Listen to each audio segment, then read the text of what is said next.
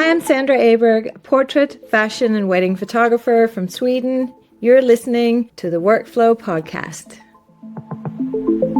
We're just going to rock it. We're just going to rock it. Sandra, this is going to be a lot of fun. Great conversation. First and foremost, we've been trying to do this for a while, and I'm glad we finally made it work. So it's going to be great.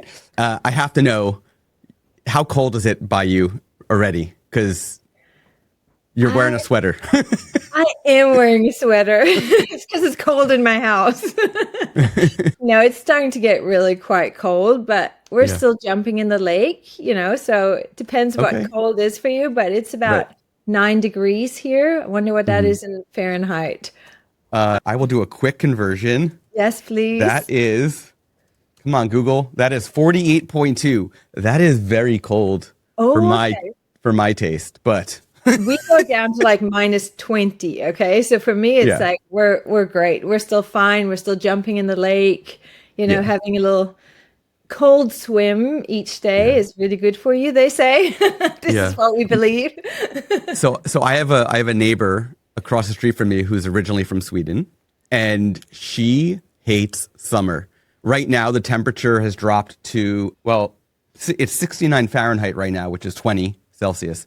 And this, she loves the mornings where it's nice and cold, right? Yeah. It's like chilly in the morning, but then it's still going to get up there another 20 degrees almost today. So I love the heat. What a weird Swede.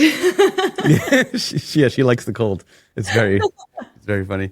But anyway, so I'm excited about this. We're going to dive into your workflows, and you do a bunch of things. And so I'm excited to hear which way you take it, whether it's weddings, whether it's portraits, whether it's your commercial work. I'm excited to see where you take this in this conversation. Yeah. So let's dive into, what is one thing that is working really well in your workflow, whether it's behind the camera, whether it's the business parts, whether it's the post-processing parts, whether it's delivery, whatever it might be. What's one thing that's working well? The whole thing. I'm definitely my best when I'm shooting. Mm-hmm. So whenever I'm photographing, I'm great. That's my time. I just get totally in the zone, in the flow. I love what I do, and I just kind of disappear into it. So for me, that's for sure where I'm the best in my workflow. Yeah. The before, let's say even a wedding or a portrait session, I'm pretty good at, I manage that well, and sending the contract and getting all that done. The aftermath is pretty much where my entire 18 years have struggled the most. Okay, so we'll get to the struggle part at some point.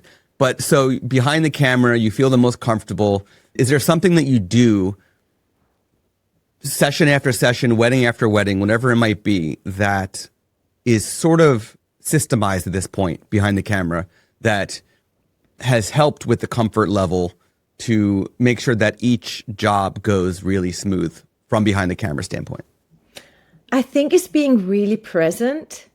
For me, that's what it is mainly. It's like being super present with the people that I'm with and really 100% giving myself to the session, if that makes sense. I'm like leaving everything behind. You have all stuff going on. Life is life, right? There's all kinds of stuff going on.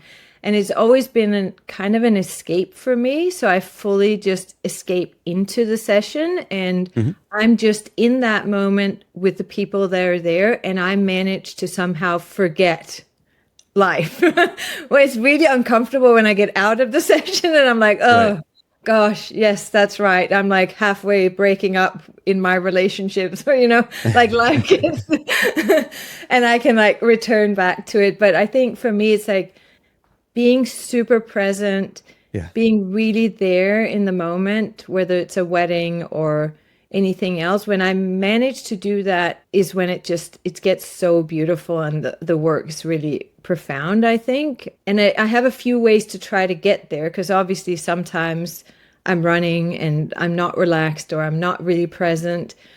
So I try a lot of breath work. techniques to just kind of like, they can be like 5-10 minute sessions to just breathe before I go and meet with the client, so I can make sure I'm really there, like make sure I'm present, make sure I can be there with them for that amount of time. So that's like a big part of it for me, I think. Are you, as somebody who's intentionally trying to be present with every session, every job, are you a camera up to the eye type of photographer, or a let me use a screen and keep the camera away from my face so they can see my face type of photographer? I'm kind of both. So Okay. I used to shoot a lot of film. So film requires a slower pace and obviously a camera in front of your face. But it also required that I didn't shoot like 1,000 frames. I don't like to just keep shooting. I like to kind of put my camera down, talk to them, like connect with them, figure out where we're at, like especially in portraits more. And then I might, as we're talking, take a few snaps when I see what I'm looking for. But I think I'm more a camera to the eye, but with the occasional, when I feel like it also depends how people react. If I feel like they're pulled back because there's a camera in their face, I might pull it down. Right. And they can connect to my face rather than my lens, you know? Yeah. You know, it's funny talking film, right? And film to digital, which it's interesting that film has made a comeback in a way. But the thing that I loved from when pre-digital was waist level finders, right? Whether it's a Hasselblad, whether it's a Rolleiflex, whatever, you're looking down at I have a Nikon F that you could replace the prism and viewfinder with a waist level finder. Okay. And I did on one of my Nikon Fs. And to me, having a flippy LCD screen sort of gives me that back, right? The ability to have my camera down lower and just peek down at it, see if the composition is where I want it without having it in front of my face. But I also go back and forth depending on the situation and the speed I need to be at the moment or whatever it might be. Because there's a time for everything, right? Like during a ceremony at a wedding, I'm not usually shooting without having my camera. Like I need to see everything. I'm not missing a moment. Yeah. But later on, during a more relaxed time or where I really want to connect with the subject, I can put it down. And like with the cameras we have, with the iFind, you know, like it can do the work for you. It's not like you're there struggling to get the focus. Then you can do those things easier. Yeah. The other thing is, so I do surprise proposal photography, and during the actual proposal, which is a minute of time, right? That's like the heart's racing, blood's pumping, you're getting that adrenaline rush, and you've got to make split decisions really fast. But at the same time, sometimes you need to run to adjust your positioning.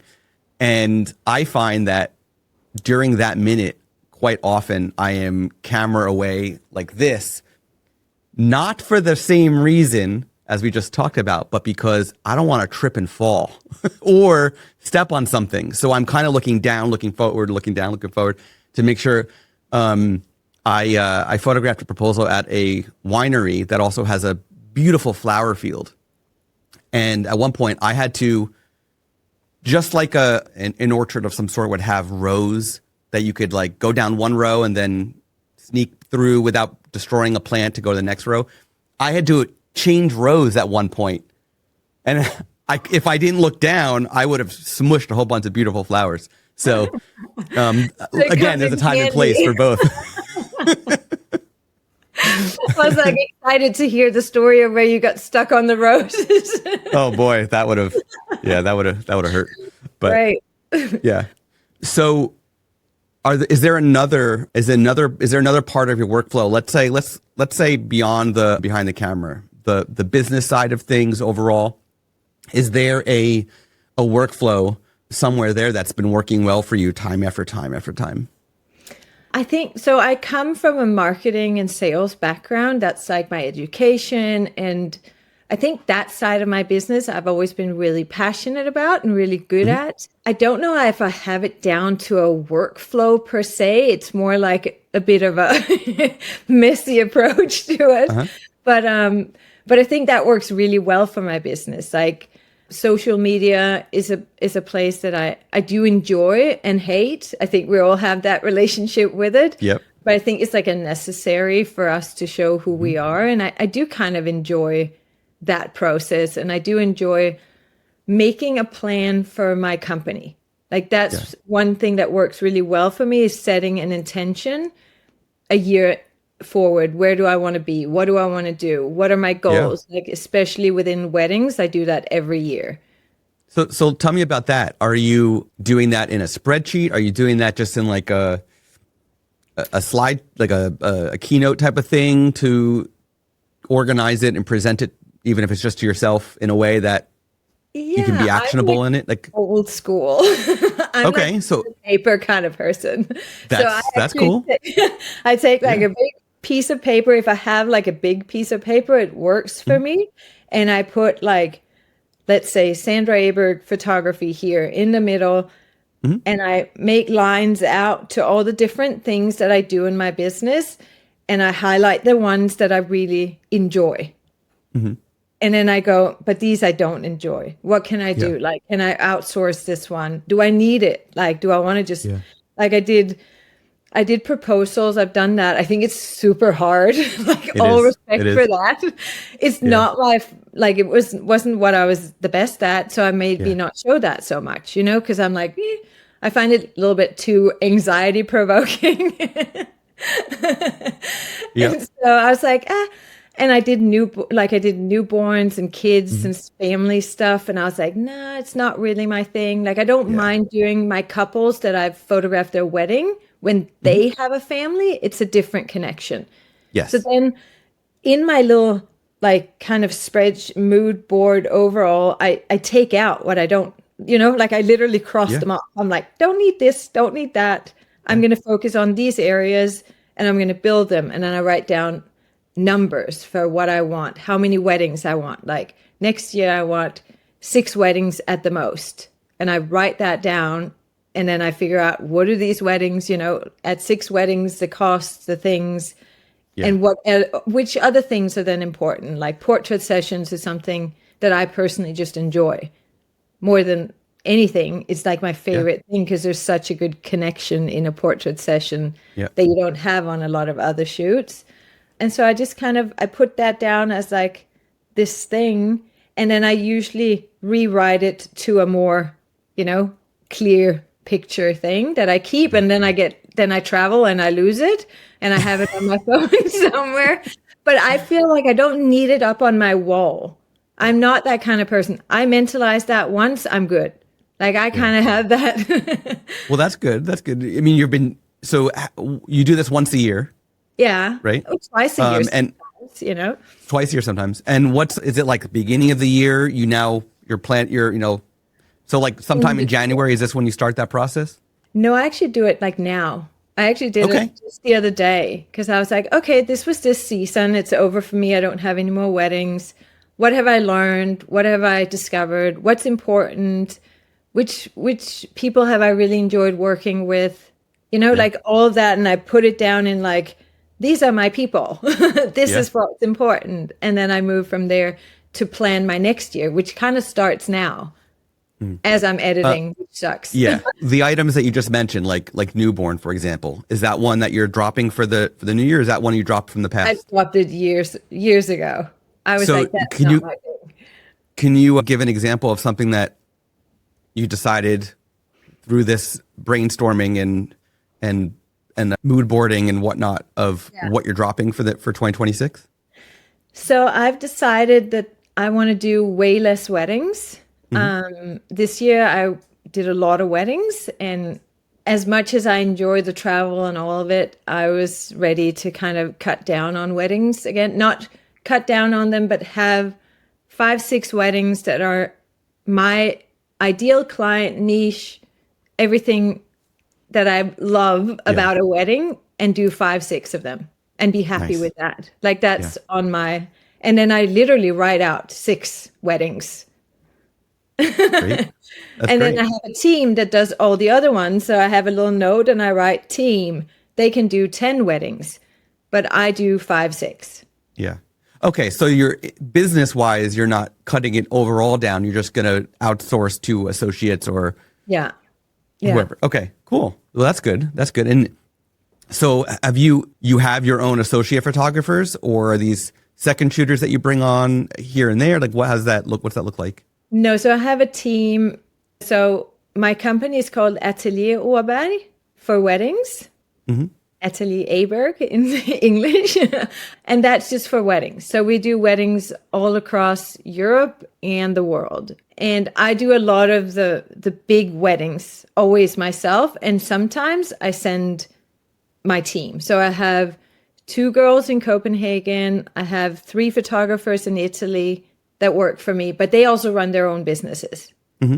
So it's all run by people that have been trained and worked with me for at least 2, 3, 4, some of them 5, 6 years. Yeah, it's great. So I trust them 100% to do a full wedding how I want it. And then I put them on the team as like first and second shooter, depending on how long they've been on the team. Yeah. That's great. That's great. You mentioned that there's some struggles you have with somewhere in that sort of logistics part of the workflow. Can you dig into that? Like what has been the struggle and how are you working on improving that? So I think having been a photographer for 18 years, it has changed a lot. The struggle has stayed similar, Okay. but it's still changing, because the world is just different. But it's always in my post. That's like where I struggle because my energy is lower on anything in front of a screen. Like it truly is much more difficult for me, which is why like this AI world has saved my existence. Right. It's still like a little hard for me to overcome the idea that I still think it is hard. Does that make sense? Like it's kind of stuck in me that it's a struggle. And so October hits and I'm like, like all the weddings that has to be ready, like now, should have been ready yesterday. Like that kind of feeling comes over me all of October and have for 18 years. So I still feel it, but now I'm like, okay, but there's solutions, remember that now we don't have to suffer the way we used to. Like I used to literally sit day and night and edit. And my son that just ran through here before, that got kicked out of the house, will be the first one to be like, my mom edits all the time. Like that's his existence, Yeah. And so I didn't like that. I was like, why am I this person that just is constantly editing or always needing to edit? It feels like I could never live a life in which I shouldn't have just been linked to my computer. And that part made me struggle so much. Like that was really has been one of the worst things about my job. The fact that you're doing multiple type of jobs, right? You're doing weddings, you're doing portraits, you're doing commercial work, personal projects, you're speaking at events, like you're doing a lot of things, right? And traveling all the time. And for, weddings, you've got other people also working for you using their own cameras, their own lights, their own creative visions. As much as they want to align with yours, they're not you, right? They're going to be different in some way than you, right? And that is where AI really can come in handy to help. So it's great that you've already adopted that into your post-production. And how dialed in is your AI profile to handle not only your own photos, but to handle your associates' photos? I think so. Everybody shoots Sony, which helps me a lot. So everything comes back similar, at least also in the color profiles. And we're all pretty dialed in on what to deliver, how. So it works, but I still oversee it. Okay. I mean, obviously it's not like fully automated yet, but I feel like also because my style has slightly changed in my editing. So this year I have updated my profile quite a bit from the other years. So I have a full-time editor, and then I have your wonderful thing that I couldn't live without, So it's like, it's both. So I have both, and she also uses it. So it's in that way we make it work, but it's obviously always something that, for me at least, it felt like until now, it still needs a bit of tweaking. it needs a bit of help all the time to just get it to the point where I'm like, 100%. Right, but I think right. this year I feel way better about it than last year. Like it feels like it also evolves. Like without Yeah. me knowing the technology, I feel like it catches up to me a lot, Yeah. right? Yeah. I mean, you Yeah, would for know sure. the backside of that, but it Oh feels yeah, like yeah, yeah. it does Yeah, it's better. going to keep learning from you as you upload final edits and all that stuff. So, Yeah, it's do you important think to upload the finals, hey, for it to really learn. yeah, you have to upload the final edits and then eventually fine tune the profile for it to, Yeah. learn from all the changes. But do you think there's something missing in the industry or in any software that you're using that would help your post production more than what you've got currently in place? Just need like a full other person to take over my spot. Like, I think it's just still a bit of a hiccup for me as to sit down at the computer and be like, what do Yeah. I do next? I Yeah. don't know if it's like an ADHD thing, but it's like kind of, I need to have that really set dialed down for me, like uploading the photos, pushing those. And once I've done it, but it's just, I don't do it all summer, let's say, because I'm traveling so much. So I send that all to my editor while I'm traveling, unless it's NDA and I do it all myself. So that process works really well with sending it all to her. Then obviously she sends it back and I just have to check it. And I go through every single image of everything that gets out of the office. Yeah. So if someone could be that person, like, I don't know if you could invent like a Sandra filter that could go like, we're checking all your images before they leave the office if Right, they're right. 100%. Because that's what worries me with AI. It's like sometimes, of course, it can make mistakes. And I'm like terrified that it makes a bad mistake or Yeah. my client doesn't look good in the photo, even though it's a Yeah. different photo. Like that's what I sometimes struggle with. Yeah. Well, I think at least when it comes to Imagine, it's like we're not trying to replace you 100%. We want you to still be in control, still have the creativity. It would be interesting to see if there's some ways that we can help photographers overall with like the task part of things, right? Of Yeah. here's what you need to do after, you got back. Now, okay, now do this, now do this, now do this. And whether it is an ADHD thing, whether it's just The in creative general, mind. yeah. Task management for creatives, I think Yeah. overall is just a bigger struggle than non-creatives, right? True. It really is true. The other day I had a photographer friend of mine in the US and we're just chatting and she's like, oh, I'm just bogged down with editing. And I was like, you got to try this. Like, I'm going to send you my Imagine, like the profile, the thing, just log in. And just from there to log in, like even there, she's like blocked. You know what I mean? Like, it's like, oh gosh, not another software, not another thing to do. I don't Right. have time. I'll learn it on the other end. And I was like, no, just trust me. This one time you need to learn it now, because on the other end of it, you're going to see that you're going to need it. And then next year you're going to do it again. So I was like, Yep. take 1 hour, just sit with me for 1 hour. She's like, oh, I have to upload 1,000 photos, 2,000 photos, like there, she's just like, Yeah. And I was like, no, stay with me. We can Yeah. do this. Like, and we got through it. And at the end of it, she was like, you just saved me like a week of work, for that one wedding. And if somebody's using your profile, they don't have to upload any images to get started. No, They just exactly. use- But she doesn't have the same editing as me. So I was like, you actually have to upload unless you Yeah. can find one that fits. But just that, like, to give her that week to do It's other huge. things. It's huge. Yeah. And she was like, I can't believe it. I'm so happy because I kind of had to had to stay with her and be like, no. Stay with me now. Let's go through this. You can do it. Yeah. And I see that that's kind of what we need. I don't know how you could manage to have someone to hold our hand to walk through those like uncomfortable steps that it is to kind of get into it. Because once you've done it, you're like, I should have done this 3 months ago. Like, why am I still struggling? And from time it's to interesting. time, Yeah. from time to time, I'm also like, I'm just going to select these photos by myself. I can do it real quick. And then I'm like 2 hours in and I'm like, wait, this is so stupid. back to what works, Right. Yeah. Yeah. Sometimes in a workflow, no matter what part, there's always going to be something that could fit in, right? But for some people, making a change isn't always for the best, right? If you've got your workflow so dialed in, maybe a change isn't necessary because it's working for you, right? But in other times, change could be for the better, right? If something saves you 5 hours, great. If something saves you 10 minutes, is it worth the change?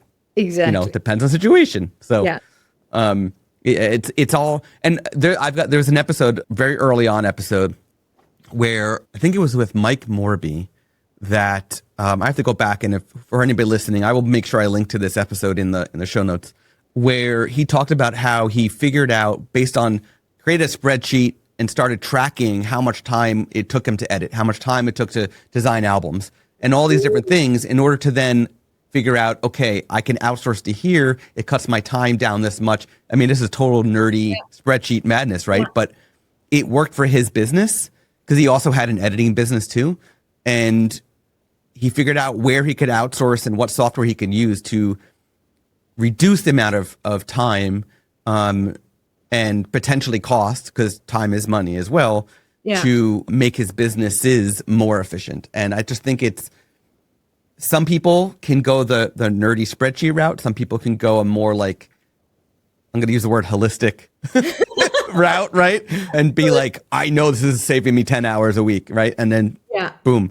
But there's different ways to figure it out. And I think everybody has to find what works best for them overall. Exactly. But it's also, it's always so scary to try something new. It can just seem so daunting. And I think as women, we're like, technical, like I'm not a spreadsheet technical person at all. So for me, it's like a new software, how overwhelming. Like already there, it took me a while to like be like friendly with it, because all I know is Lightroom and that works for me, or Photoshop or so.